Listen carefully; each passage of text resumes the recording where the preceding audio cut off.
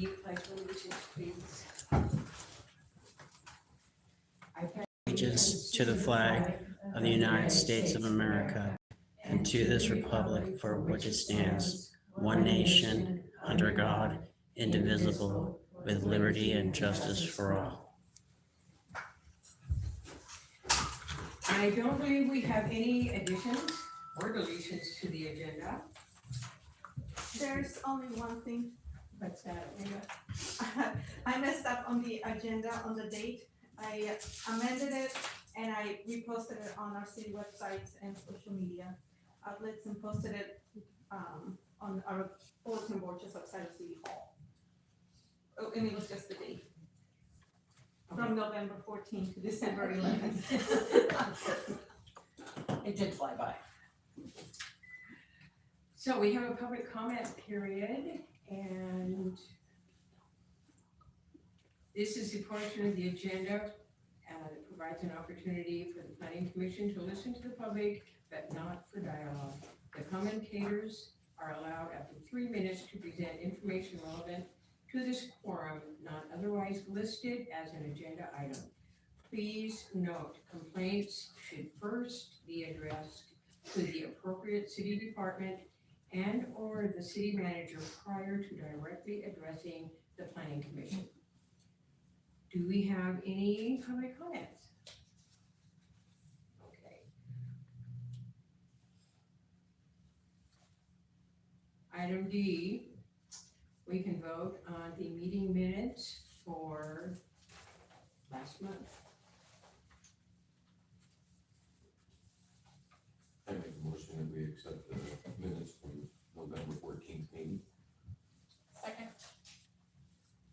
All in favor? Aye. Aye.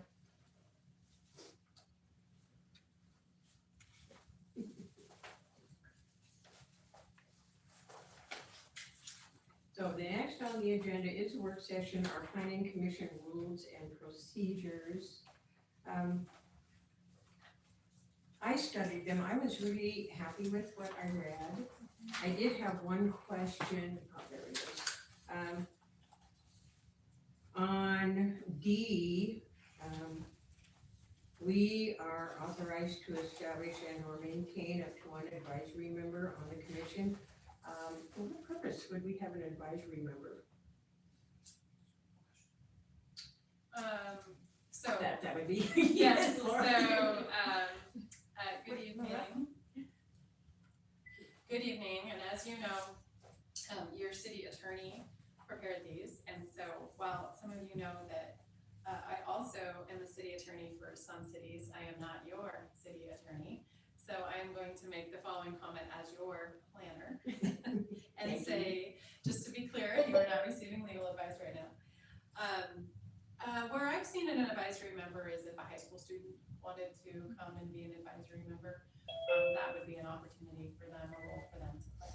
Okay, that makes it very much clearer now. So, and we have the option of whether or not to accept that. Okay, then that, and I didn't have any other.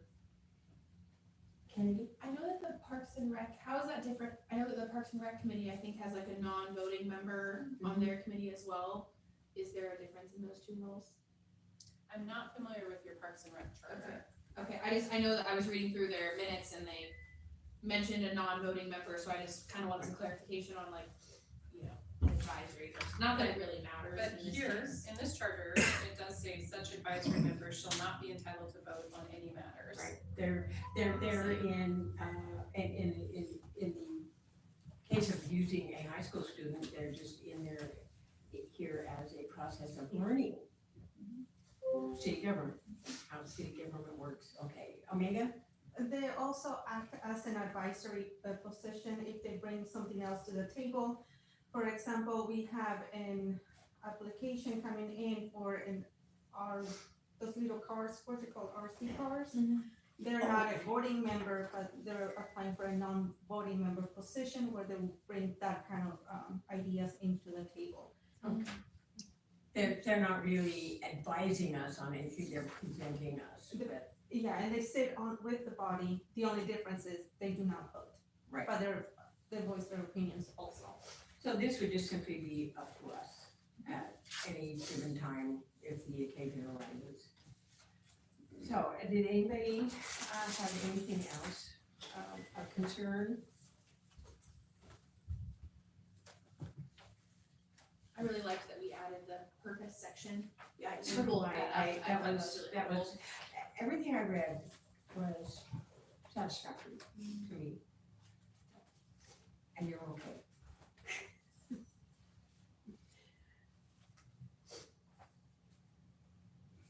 I did note that, one item was adjusted, at the last meeting, the council or the commission discussed that, what if you don't have a meeting in December?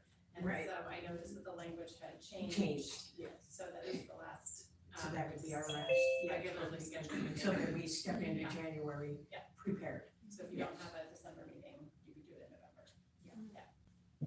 Okay, so, apparently, everybody happy with this? You can number shake your head. Okay, I don't think we need to take a vote on this, do we? This isn't a voting matter, really. Oh, well, Or do we want to say, a vote to say that we all agree that we accept this with no changes? correct. Okay, so, And can then we, the process would be the same, voting. Yeah. Tyler gets it, refines it, and then we send it off to, city council. well, then I move that we accept. A second. All in favor? Aye. Aye. Good job. Thanks, Mayor. Okay, we're gonna take up all business and, I would like to kind of complete this tonight. Old business discussion and next steps residential beekeeping and,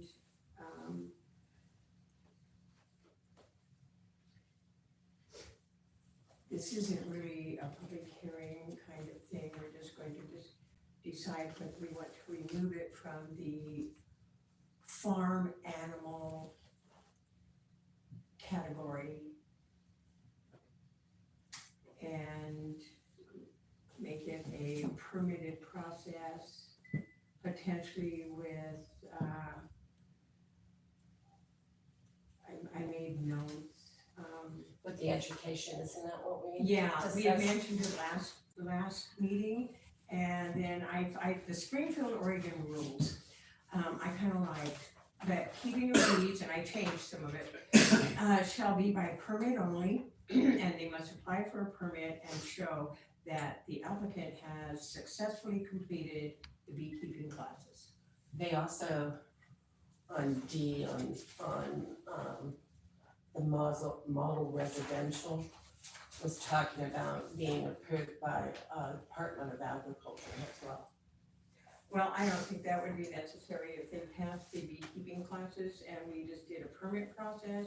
They complete they have to, in order to get the permit, they need to complete the beekeeping classes successfully. And then the other cities, none of them required the agriculture thing, going through Department of Agriculture. But there would be, bees shall be only kept on a lot or parcel that has a single family detached dwelling in which the beekeeper resides. So you keep it, it has to be. Minimum lot size, you can have one hive, minimum of one hive. Springfield went up to 3 or more hives on like 12,500 square feet. I think we could say, one hive on 5,000, 2 hives on 10,000, no more than 5 hives on greater than 10,000 square feet. That's 2 lot sizes, two. Hives shall comply with the setback requirements of the zone in which they are located. where a main building is located on a property, hives shall be located in the side or rear yard. I'm just reading directly from Springfield's, because I kind of like the changes I made. I think we also need to look at the dates that those were instilled in those cities. Most of them were 08, 2019, so population has changed. Right. Can I interject here? I don't know, I don't think we got this in our original packet, but I've been doing some research Mhm. and I made some calls and chatted with the Oregon Beekeepers Association because I feel like from reading all these things, they might be a crucial kind of resource and partner for us in making this less strenuous on our city employees. And I found the League of Oregon Cities actually has a model residential beekeeping ordinance. And the Oregon Beekeepers Association reviewed this with them, and it was from 2018. I don't think it was in our packet. No, it wasn't. It is the most helpful, clear and short thing that I saw out of anything. So for city rules and regulations. Yeah, it's like a model for Oh, that's how you awesome. could put it in yours, and I had the same idea as you. I came to this with like a proposal that I was gonna say. And one of them was, you know, with their permit application with the city, I think they should include a copy of their completed class. Mhm. And I called the Oregon Beekeepers Association, and they said that they would be happy to put a completed class on a letterhead, that way it can be included in our permit. That way, when the city's getting it, they actually can't even apply for a permit with the city until they've gone to the class to Until know they've if they can completed take that care of it. successfully, Yeah. yeah. So, and I think that's one of the things we want. And in I- here, it talks about water, And most of these that I had, water within 15 feet, you have your flyway. If you don't have your 6-foot flyway, you have to be 10 feet above ground. yeah, It has to be, within the setbacks. yeah, If you're closer than 25 feet to any property line, you need the flyway or the 10-foot elevation. and I asked, the person I talked to from the Beekeepers Association about, cause the first packet we got, I took down notes of all the number of hives, all those cities, and it ranged from like 1 to 15. Right. And so I asked some questions about, you know, in my mind, for simplicity, I said, what do you think about 3? And they said a lot of times they do suggest having at least 2 because that's the way that you can differentiate between how healthy your colonies are to compare the 2. And he said really, you know, 3 is a very acceptable number Well, then we could say a maximum of 3 hives. and just leave it. And just leave it at that. I think, I know that Heidi wanted this to be simple Mm-hmm. and not a lot of inspection things. And one of the things that, what did I do with it? You get the permit if you've successfully completed the class. You get a maximum of 3 hives. And then it comes down here, there wouldn't probably be inspections or that kind of thing. Hives shall be maintained in a condition such that the bees do not produce noise or odors that creates a nuisance for adjacent properties. Bees not in compliance deemed nuisance. Now I found it hard to read bees not in compliance. I think it's a bee operators not in compliance. Bees not kept in compliance with this section shall be deemed a public nuisance. If the owner and keeper has not recognized the conditions by the date provided in any notice provided. And so that just means. But how are we gonna regulate that? Well, it's complaint driven. It's like with any other thing we have in the city, it's complaint driven. So if you have somebody next to you, and people are probably more inclined to complain about bees than they would be about chickens. I mean, I'm less inclined, right, because I'm not. And then and the city may abate the nuisances provided in this code, and they do have fines for violations and. I saw that. And this one, this Oregon, League of Oregon Cities, I really liked this part. It says the applicant or permittee fails to comply with the standards of care provided in this ordinance and or standards of care developed by Oregon State Beekeepers Association and Oregon State University Extension Office. Right. So that kind of gives us like a blanket that they need to be following the Oregon State Beekeepers Association, and I think that kind of gives us a partnership in a sense with them where, you know, you can get on their website and see all their standards of And I care. think that's an excellent idea. This whole, I mean, Yeah. I wish we would've gotten this from the beginning. You did good, you did good. Because, you know, all hives shall be kept in sound and usable condition. They have to ensure that the materials might encounter aren't gonna bring predators. I mean, they Right, really. that's where each beekeeper shall ensure that no bee comb or wax is left upon the property grounds to prevent rubbing from other bees and attracting predators. Now, we have our chicken ordinance. I know that a lot of the chicken people are not keeping the feed away and closed and it attracts skunks. But how do we know this? But that's the part that I'm having a problem with. Well, this is, The follow through.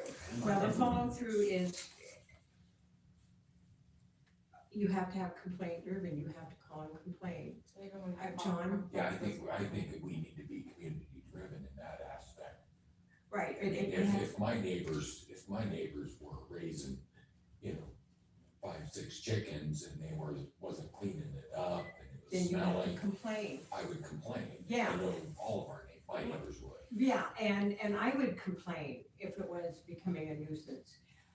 And in most cities now, code enforcement is complaint driven. You have to call in, you have to file a formal complaint. And with bees, we would have to do the same thing. The city city doesn't have the time, the staff, nor the money to be inspecting everybody's property for chickens or bees, or goats or cows, or dogs. So we have to depend on complaint driven, we need to keep this simple. I would like to see us allow bees in the city limits. And I think your idea is excellent, we could, if we take this to a vote and say we accept bees in the, we remove bees from the farm category, and then we turn it over to, and use that as a sample. Yeah. To set up the guidelines in the permitting process. So procedurally where you are, That's why I'm looking at you now, Laura, because this was not. yeah, so procedurally where you are is similar to where you were a couple of months ago with the commercial zone amendment. You are now amending your code. We're amending our And code. so you'll actually need me to follow some notice provisions for you. So if the general feeling of the group tonight is to direct staff to go prepare an ordinance, I can do that, and I can do that based on Kennedy's model code, the League of Oregon's model code. I will notice that properly so that, which I have to do in the paper, and I have to notify land LCDC. And then I'll bring it back and you'll have a hearing and the community will have an opportunity to comment. And then you can take a vote to adopt the ordinance, which would effectively, with all of these additional criteria. Right, so we would have a chance to Yeah. read the ordinance and discuss if we wanted to make any changes. So why don't we just take a vote on this? Does somebody want to make a motion? I'll make a motion that we accept that and never create those ordinances for us. And we can review them next meeting. I second. All in favor? Very good. Thank you. Yeah, and then She was okay. Megan, did you? 4 yes, 1 no. We're good. We did this, so I guess Kenny, you can give that to. Yeah, so you didn't decide to change your ordinance tonight, you could not have procedurally, you could have tried, but I would have kept you from doing that. So what will happen now is I'll go ahead and take that model code and any other comments that you've made tonight in public hearing. I will draft that, I will send a notice, I'll send the draft to LCDC, and that will, and then also publish in the newspaper that we're going to amend, you're going to consider amending your code, and then I'll bring it back to you in January. And then the city council will have to take it up, assuming you approve it, the city council will take it up in February. There are some timelines there that I'm thinking about, that's why I'm pausing for a minute. They have to do 2 readings of it, and then they could adopt it, and then it takes effect 30 days after its adoption. So the soonest this could come into effect would be the end of March. So this will not be going through really, really fast. I knew We it. will be taking all the proper steps. Yeah. And And I think the only substantial change from the League of Oregon Cities that we're wanting to add on is attaching a copy of the completed class. yes, that really needs to be, I think that's, so you wanna make a note on that? do we write one? Yeah, I've got it. Okay, okay. yeah, and I confirm that they don't typically do that, but they'd be happy to put it on the letterhead for us. Good job. Okay, so new business?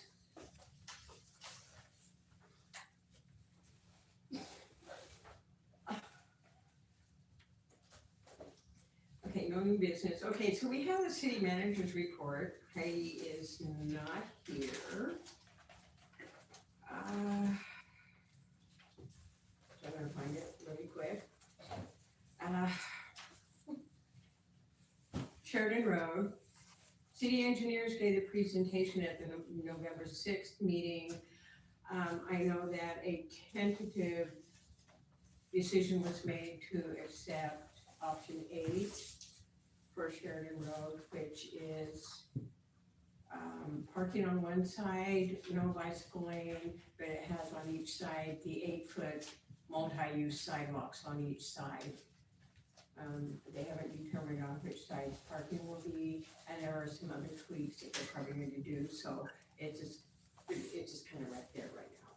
So, but I did know that they're going to probably take it out for bid in the spring, so might be interesting on the Montreal Road. The higher building, good movement in the building recently. I'm seeing progress there, which is a blessing. Thank you. Oregon Parks and Rec, Southside Park, major coordination work going on for getting electricity to the park. Disc golf baskets are being submitted to Professional Disc Golf Association. Dog park group continues to meet and has a consensus on the location of the park. We're getting quotes for a septic tank. We're figuring out layout of the restroom and parking lot. Public Works has selected the site for a new footbridge and cleared the brush. The food bank, Laura is helping Judy at the food bank with this grant and purchases of items that were approved. Focusing on food, labor, pallet jacks, and freezer. Food bank was able to distribute hams and turkeys to 225 families, representing 795 individuals. Thanks to the grant money, this is double the number of families they are usually able to serve. Dry boxes are also available at City Hall and the library. Department of Land Use and Conservation District technical assistant grants applied for 2 grants to update long-term planning documents, but no neighborhood watch.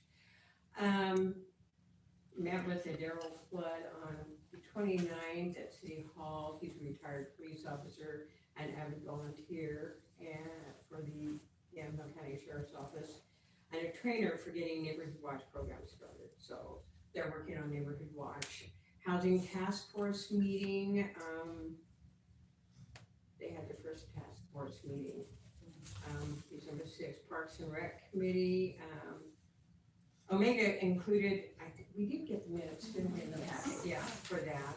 Okay, so legislature presentation, Representative Elmer's office is going to select a few dates for the January town hall meeting. She zoomed into a community infrastructure capital funding discussion, several locations that Representative Elmer represents, and she's going to be part of the funding bill that she presents in a package to the legislature for their consideration. This is focused on bringing workforce housing for firefighters, teachers, etc., workers with mid-range families. That's kind of a good idea. They did a good job at bringing developers in the League of Oregon cities together to make sure there are no obstacles they would have to this proposed bill. Stella Jones donation. they want to make a donation for an environmental project to the city of Sheridan. This was not tied to any of their fines. They were interested in purchasing educational signage for the South Park that gives information about the species of fish and birds that make the park part of the habitat. I will request the information from Washington Extension Office for the signs and then get them printed. If there's enough money left in the budget, I have asked for either those tourist outdoor viewing binoculars or a bed for the park too. The donation amount from Stella Jones is $4,000. And then there is the Breaking New Ground Oregon's statewide counting. A bunch of that, if y'all were interested, you can read that. And then we had, this was the Parks and Rec meeting, so we have this, okay. And then we were supposed to have Lucy here. We were supposed to, she's not here today. She what? She's not here today, doesn't look like. So, I know why Lucy was going to be here. She was going to talk to us about, private land camping. Shall I go ahead with this, Omega? I Well, don't have a lot of information on that, so I won't. I got the minutes from the,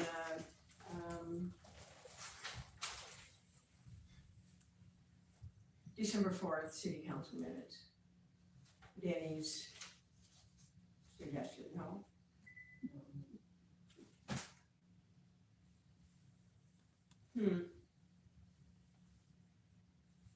That's interesting.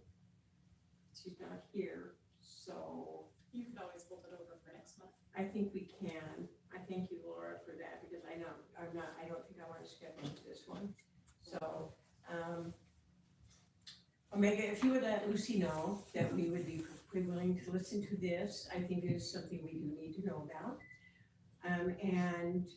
Yvonne did email each planning commission member the minutes from December 4th, and what you want to read is section B, work session topics in discussion, so that's what, you can read that and be informed for when Lucy comes to talk to us, if you have any other questions for her at that time. I hate thinking of Lucy. You did a great job, you're doing great. Yeah, thank you. I guess this is also a time for any other planning commission, Pardon? or planning commission to have a comment or other projects they have in mind. I know that this is the item, I is new for planning commission, but this is where the time for you to speak on other issues you wanna pursue in the future. John? I have one. Can we take a look at maybe additional or better holiday decorations? I kind of drive through Sheridan and you drive through. Well, that's Conroy. okay. Well, John, those are new. Okay, well, okay, so we're gonna. Well, they're new to me. They are new. Well, okay, so I can say, this isn't our purview. We have nothing to do with that, but we have volunteer groups, started with the Sheridan Revitalization Committee. They started trying to improve. The city of Sheridan did quite a bit of decorating and lighting, and it was really old stuff. They were stored with the Sheridan at the Sheridan Fire Department. I think volunteers came and went, things got kind of lost. The old lights really were not adequate, and a lot had to be brought up to almost to code. We have, our lights are lit by special outlets on the power poles, and they had to be redone. A lot of them didn't work anymore. And they've been trying to raise funds to buy lights. We've got Santa on the bridge now. We've got the snowflake lights. They're working on doing more and more for the city. They've restarted and improved the Sheridan Light Parade And then we had the tree planted at Sheridan High School. That's gonna be the permanent, as I understand it, Christmas tree for the city of Sheridan, where you can have the tree lighting and caroling. And there is now a Christmas, just a Christmas committee. Stacy Coker with the bulletin board kind of heads that up. And so if you wanted to talk to her about it, maybe volunteer to be on it. But that's kind of where it's at. It fell on its face, ran out of money, and now they're working very hard to bring it back and to bring back celebration. They're doing the holiday light decorating contest. Are you aware of that? I just found out about that yesterday. Okay, so. We are enrolled. Okay, good, you decorated. I don't.